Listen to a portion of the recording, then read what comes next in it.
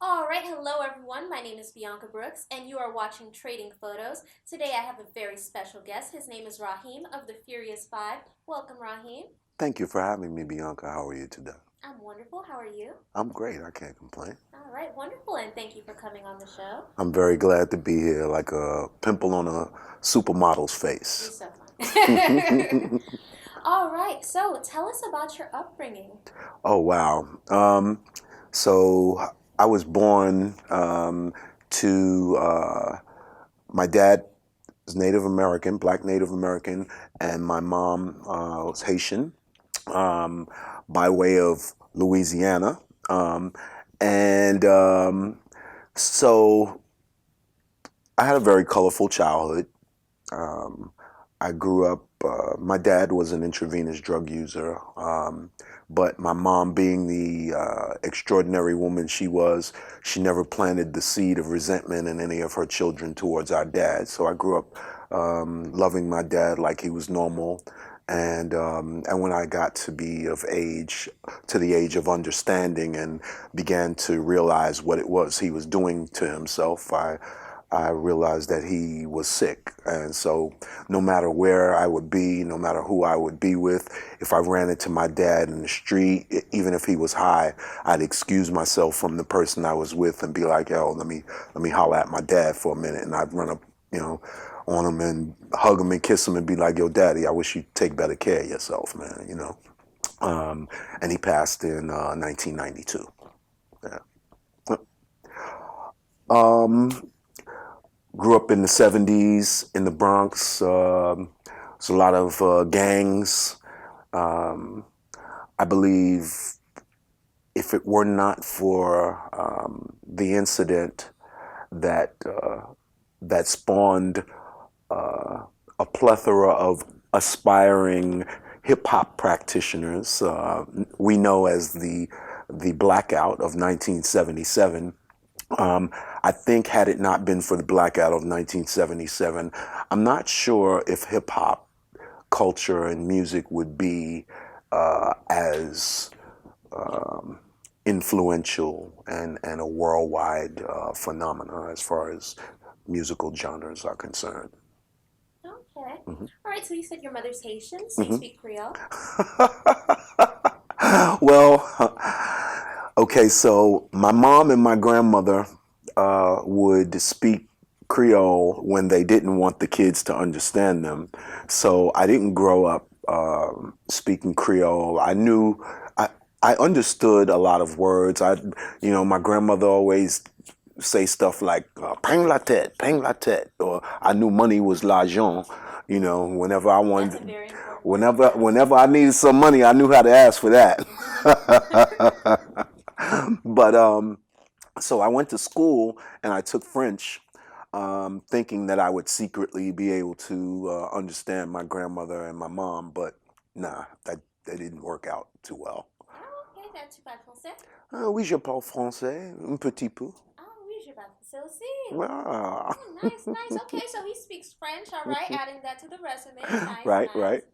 All right, so how did your mother feel when you told her you wanted to be a musician? Well, I didn't actually tell my mom that I wanted to be a musician. Um, Growing up, my mother, whatever she was doing, she was singing around the house, housework. She was a consummate um, professional mom. She worked a job. She had 6 kids, and she would go to work. She would come home. She would clean the entire house. I never cleaned my room one time. Either my mom would clean my room, or my sister or my nieces would clean my room, and she would just make the boys sit on the couch and read. And our only chore was to take out the garbage. So when I got involved in hip hop, the first jam that I participated in as an MC, um, it was a battle. I was with this another legendary group called the Funky Four, and we actually battled GrandMasterFlash and the Furious for May 11th, 1979 at the Webster Avenue PAL in the Bronx. And so I stayed out till about 4:30 in the morning. I think I was 15 or 16. So when I got home, she put it on me. Yeah, that sounds like Haitian parents. Yeah, she put it on me. A little lady hit hard, and she told me that I was never going to another jam again. So I'm like, all right. So I tried to wait a little bit, like wait like 2 weeks, because my group was having another jam, and so I tried to wait 2 weeks before I broke the news to her to ask her if I could go to this next jam, but I was on punishment. So my crew came around my high school, Truman High School in the Bronx, and they were passing out flyers, and the flyers had our pictures on it. So this was the first flyer with my picture on it. So I take it home to my mom, and I show her, and I'm thinking like she's definitely gonna let me go. Like, look, my picture's on the flyer, you know what I mean? And so I took it home, showed her, Ma, look, I have another one of those jams.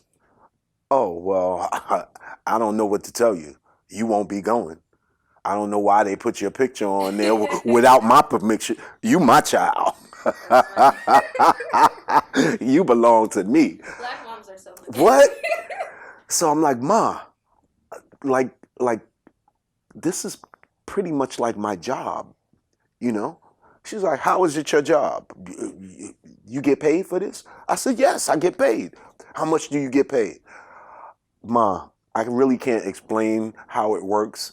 Like my pay, excuse me, is contingent upon how many people show up. Like if the crowd comes and the party is packed, then I get more than I would usually get. If the party's not packed, I might get $20 or something.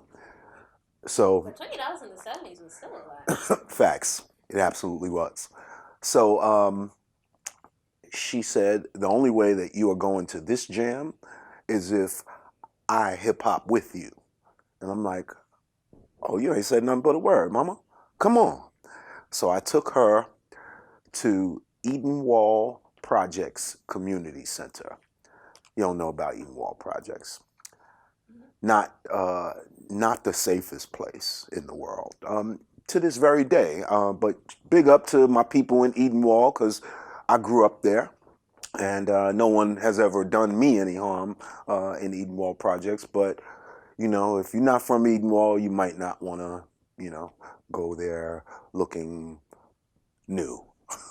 So she came with me to the community center, and it reeked of marijuana and angel dust. And surprisingly, she didn't say a word about it. And she really paid close attention to what it was that I did.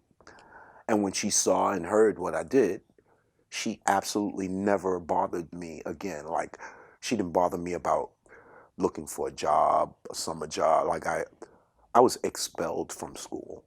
Like, they literally escorted me to the door and was like, Mr. Williams, could you please not return? But my mom was a teacher. So academically, that wasn't my issue. My issue was behavioral and boredom. I didn't feel as though I was being challenged enough to hold my attention. I had a short attention span, and that still holds true to this day. But if you engage me and I feel engaged, then I'm gonna give you my undivided attention. Oddly enough, a lot of people who are diagnosed with short attention spans are artistically gifted. Right. A lot. They're painters, they're singers, they're writers. I agree. Yeah. Yep. Well, that's good. I'm glad that things took off for you. The funny thing when it comes to, especially Haitian moms, typically they only know if you're a doctor, a lawyer, right, or an engineer. Right. That's like the big thing. But I'm glad that you got the support that you wanted. I did. Nice. Yeah. She, like, when we actually started making records and we began touring and stuff like that, she would actually come to our shows. That is so sweet. Yeah, that was my girl. Yeah. All right, so I originally met you on the Get Down, and you know the Get Down has a lot of fans. We want to know, when is the show coming back? You know, I'm sure you get comments about that all the time, like, "Hey man, we love the Get Down. When's it coming back?"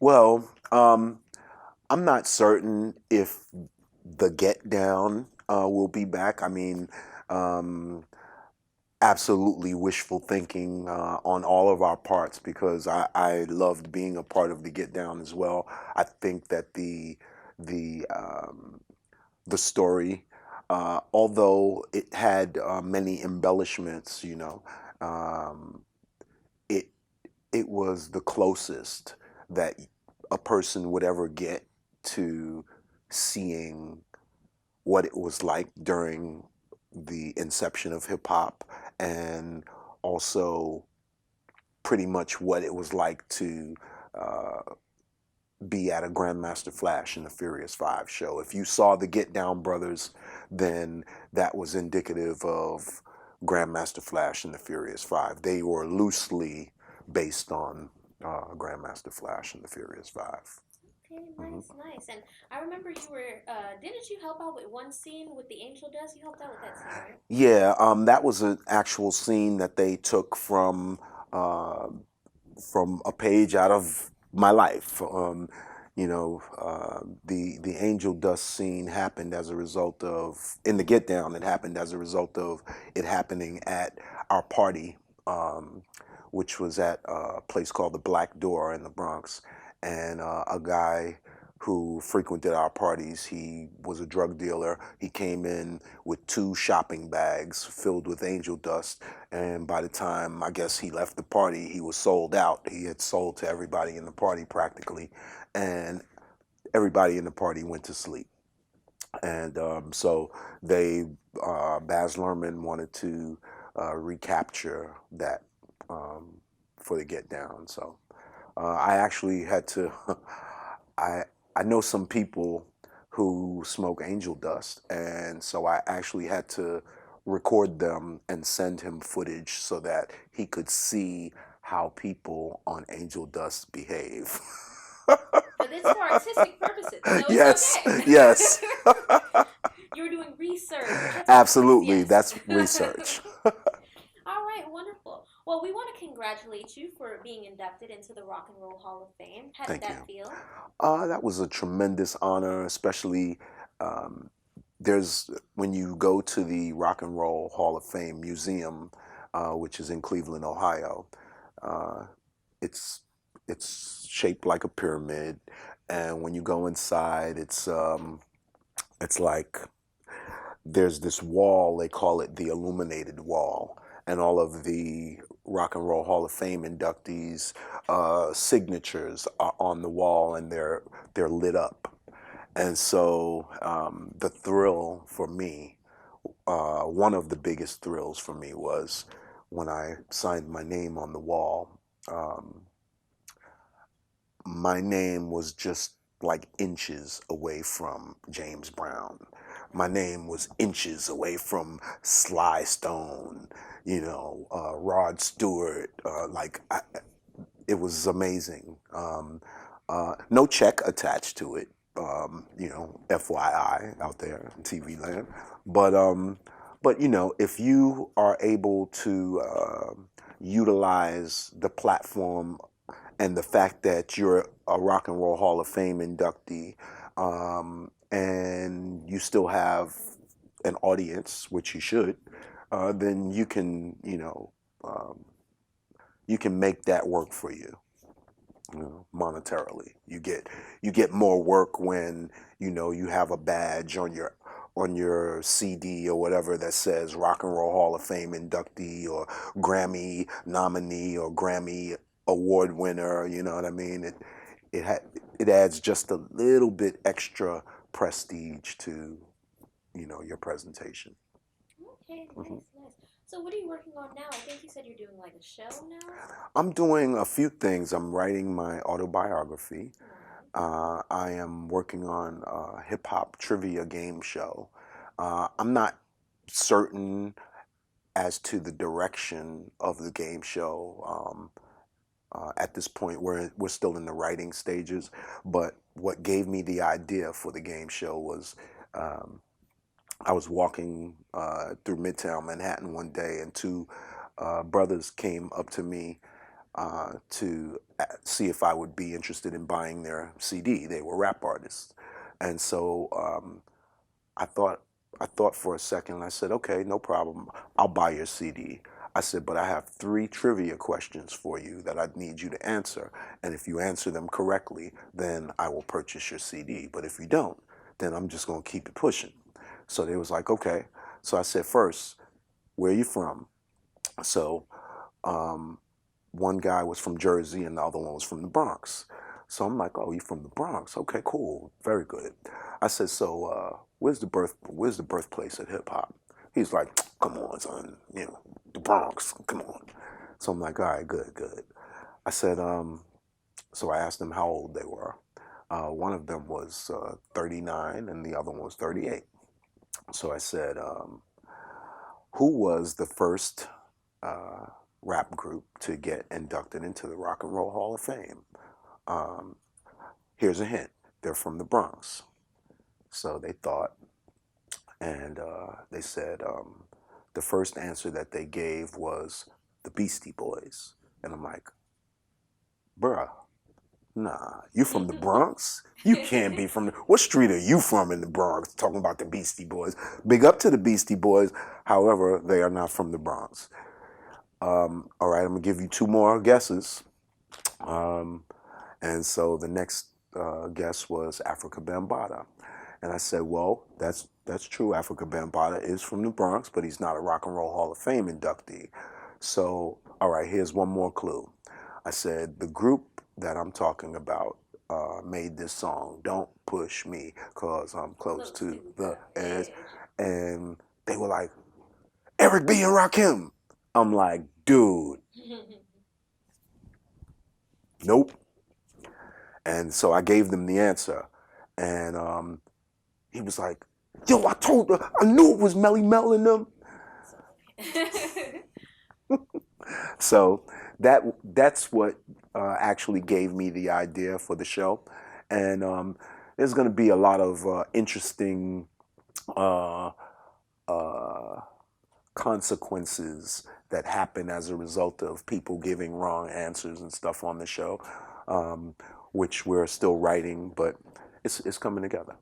All right, well, that sounds very exciting. Mm-hmm. Now, I want to know, as someone who has been in the business as long as you have, how do you feel now seeing these new age rappers? They're called Gen Z, the people born 2000 and after, because they're wearing nail polish, they're wearing blouses, like in the women's section where I shop. They're wearing dresses, they're wearing heels, they're just peculiar in all sorts of ways. To put it nicely. Well, okay, so when we were coming up, a lot of people, today uh, reference my group when they talk about, how weird some of the artists of today dress.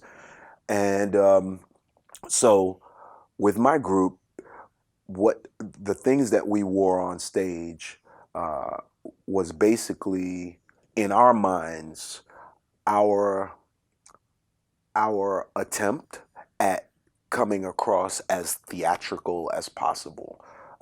We felt like we didn't want we didn't want to look like everybody in the audience, or else why are we privileged to be standing on stage before an audience, entertaining them? So we thought that we should look more like superheroes, and so our costumes we wore costumes. We didn't wear street clothes on stage. Run DMC brought the street element to the stage. That's the way Run DMC dressed on stage was how we in the Bronx dressed in the street off stage. So uh, it the contrasting difference between the two groups.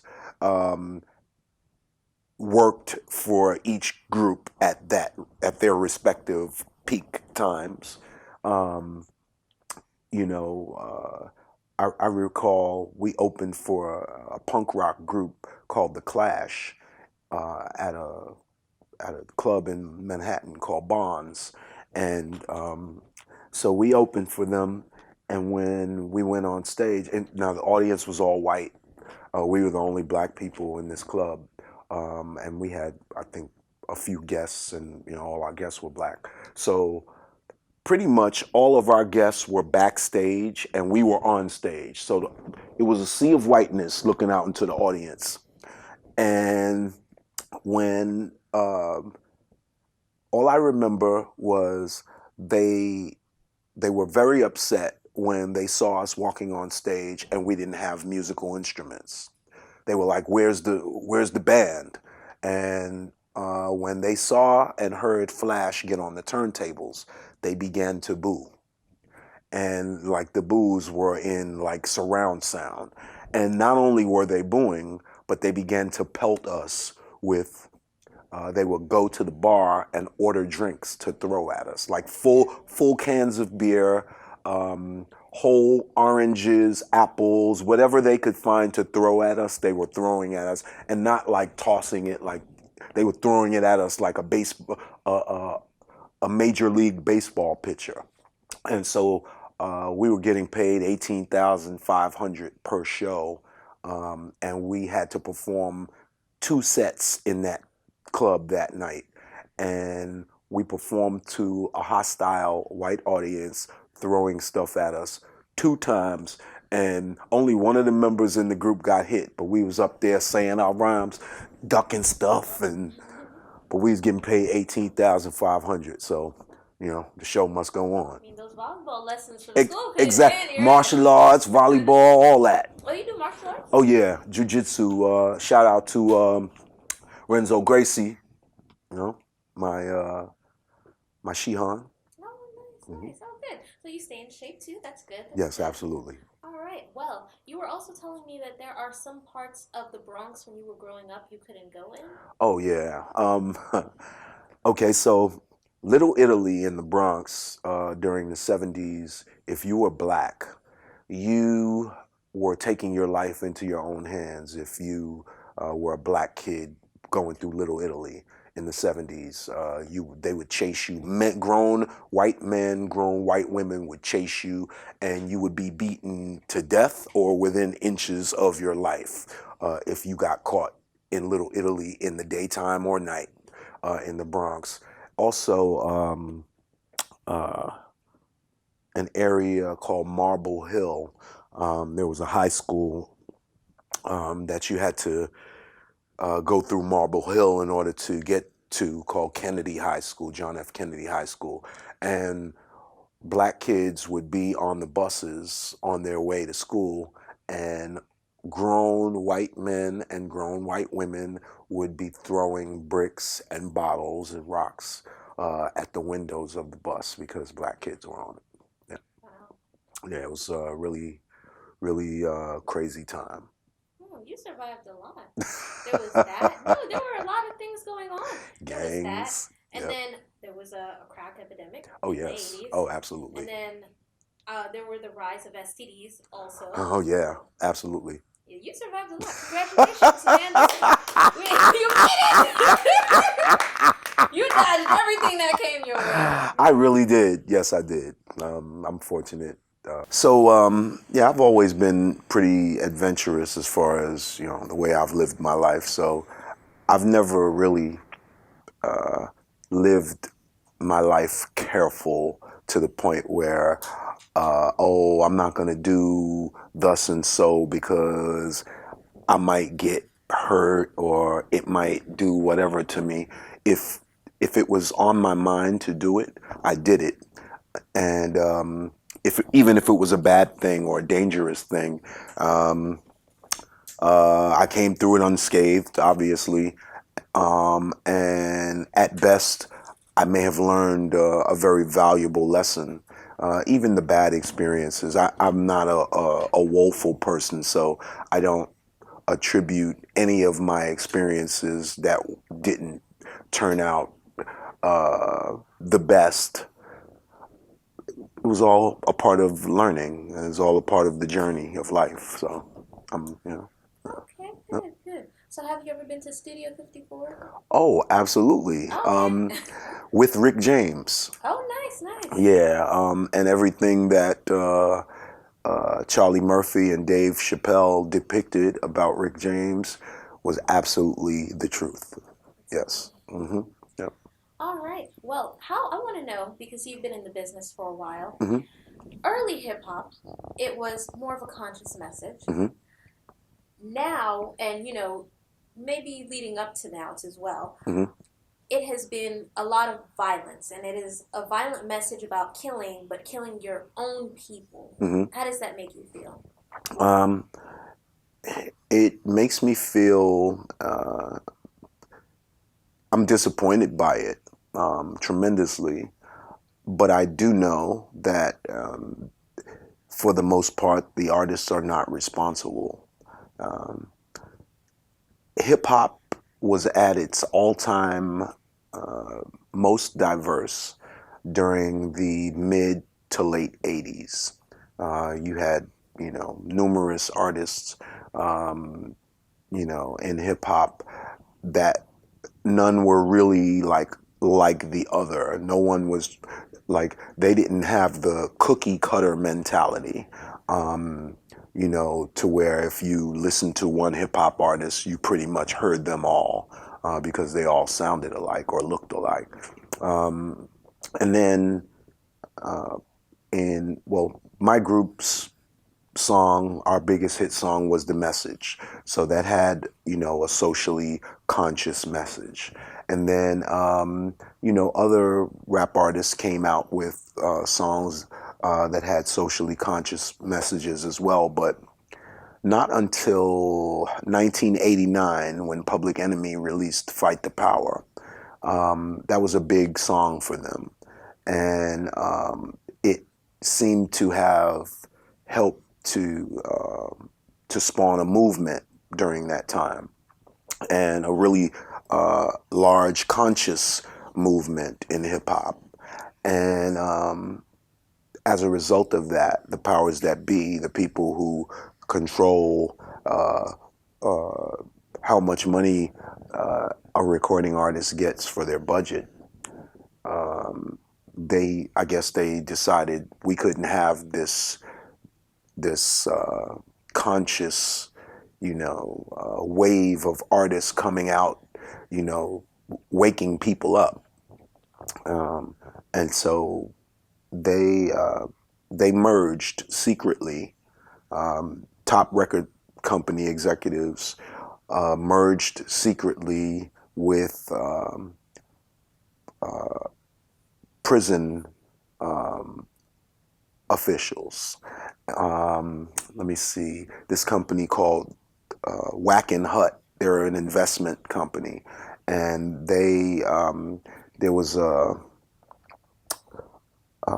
accounting firm called Padel, Nadell, and Fine that a major accountant that handled all of the majority of hip hop and a lot of sports figures accounts. And so they gave them the plug basically to Whack Hut and this other company called Corrections Corporations of America, which is the largest independent facilitator of privately owned penitentiaries in this country, Corrections Corporations of America. And so Corrections Corporations of America made deals with 48 states in this country to have a privately owned penitentiary erected in that respective state based on the condition that that respective state could maintain a 90% incarceration rate. So, if every day of your young, impressionable life, all you hear from your favorite artist, who's probably in your ear more hours a day than your parent and your teacher, and they're telling you that the blueprint to their success was to stand on the corner and shoot as many niggas as you can, and sell mollies, sell crack, sell Percocet, sell whatever. When you hear this music in a perpetual setting, meaning like how we hear our music on Hot 97 and Power 105 and any station of the like, when you hear this music perpetually, that's called the power of suggestion because it's programming you. That's why the people who are responsible for the music that we hear on the radio are called program directors because they program the music that programs the listener. And so, you know, our government, they're very well aware of the profound effectiveness of the power of suggestion, and that's why advertising agencies use, you know, commercials and spend billions of dollars to coerce their consumers into believing that we need their products. So we hear our music perpetual in rotation. You know, if it's a hot song, then we hear it in heavy rotation. So what's the perception that a young man in this day and time is to get from hearing a song like "These Hoes Ain't Loyal"? How are you supposed to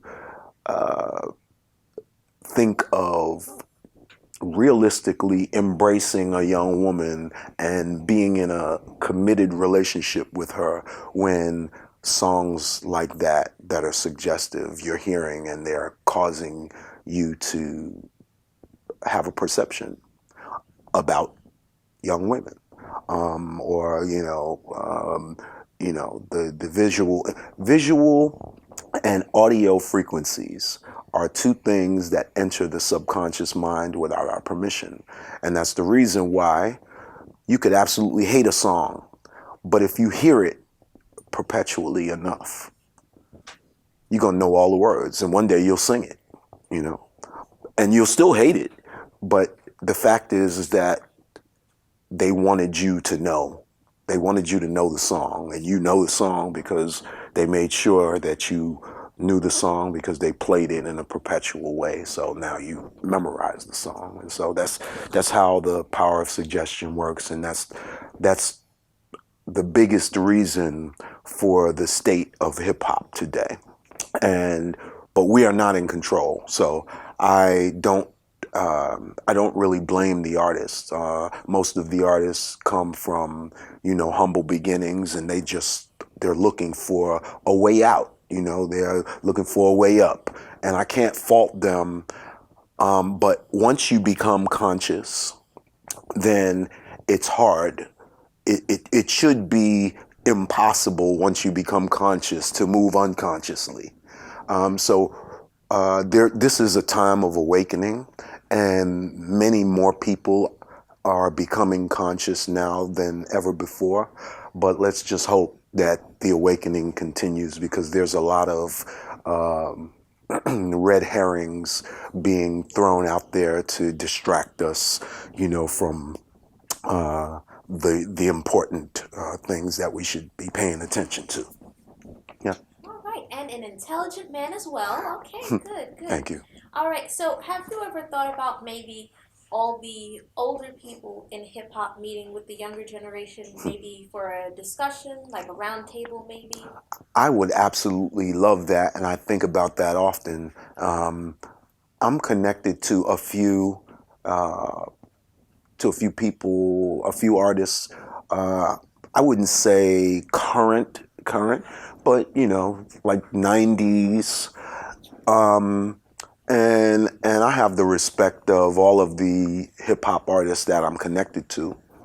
But that's definitely a conversation that I would like to have with them. I'm also one of the curators of the yet to be erected, Universal Hip Hop Museum that's going to be built in the Bronx. We actually break ground on it August of this year, and yeah, and we're doing a pop-up virtual museum launch in, I believe, June or July. Wait, July, I believe.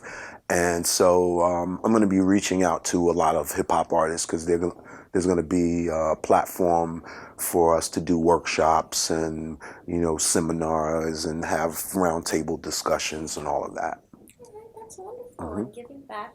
So I also wanted to know because I learned through, watching documentaries that some of the deals that these artists get aren't even that good. Like they're performing Right. and then it's like, where's their money? Like I was reading about the TLC story. It's like they were performing Yes. and their money was just vanishing. They just weren't getting any of the money. Mm-hmm. But now with YouTube, with iTunes, with like the rise of social media, Mm-hmm. and artists can just be independent. So how does that make you feel that they don't have to go the route that people in your generation had to take, where they had to sign to a record label? Well, I think that that's a great way to self-empowerment.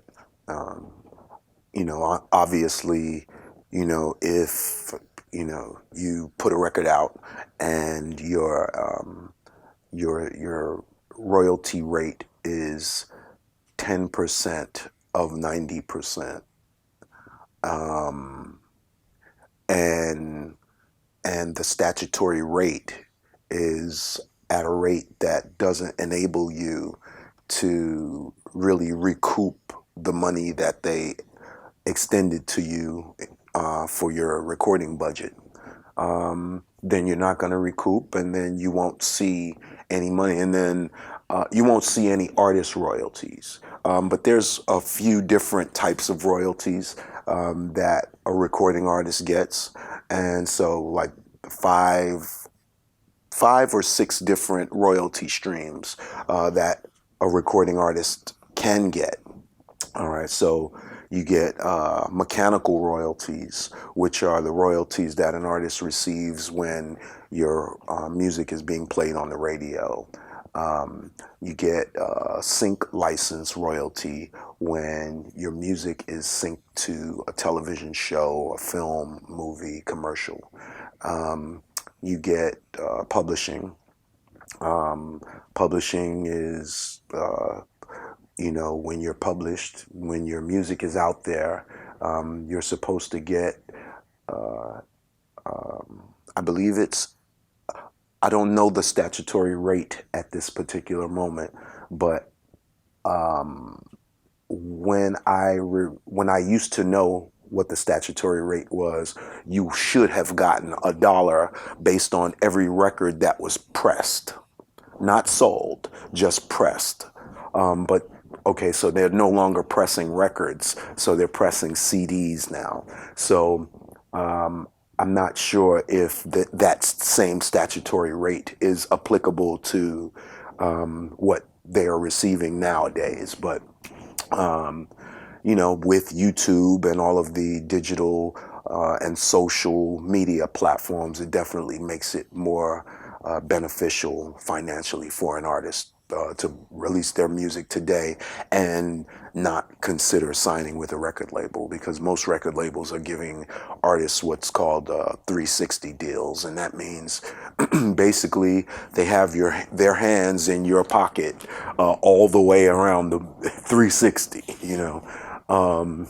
in every aspect of what you do in your artistic endeavors. They have their hands in your pockets, basically. Merchandise, commercial, whatever, every aspect, 360. Yeah. You don't want that kind of deal. No. Yeah. All right, well, we thank you so much for coming on the show and sharing your knowledge with us. Thank Please you. tell the people where they can keep in contact with you. Yes, you may stay in contact with me and abreast of everything that I'm doing if you follow me on Instagram, Raheem, Rahiem _ Grandmaster _ Furious _ the number 5. And that'll also connect you to all of my other social media platforms. All right, well, thank you for coming on the show. Thank you again for having me. Wonderful. Yep. And you can keep up to date with all our latest episodes at youtube.com/tradingphotos. And you can keep up to date with me at youtube.com/Bianca Brooks. Thanks for watching.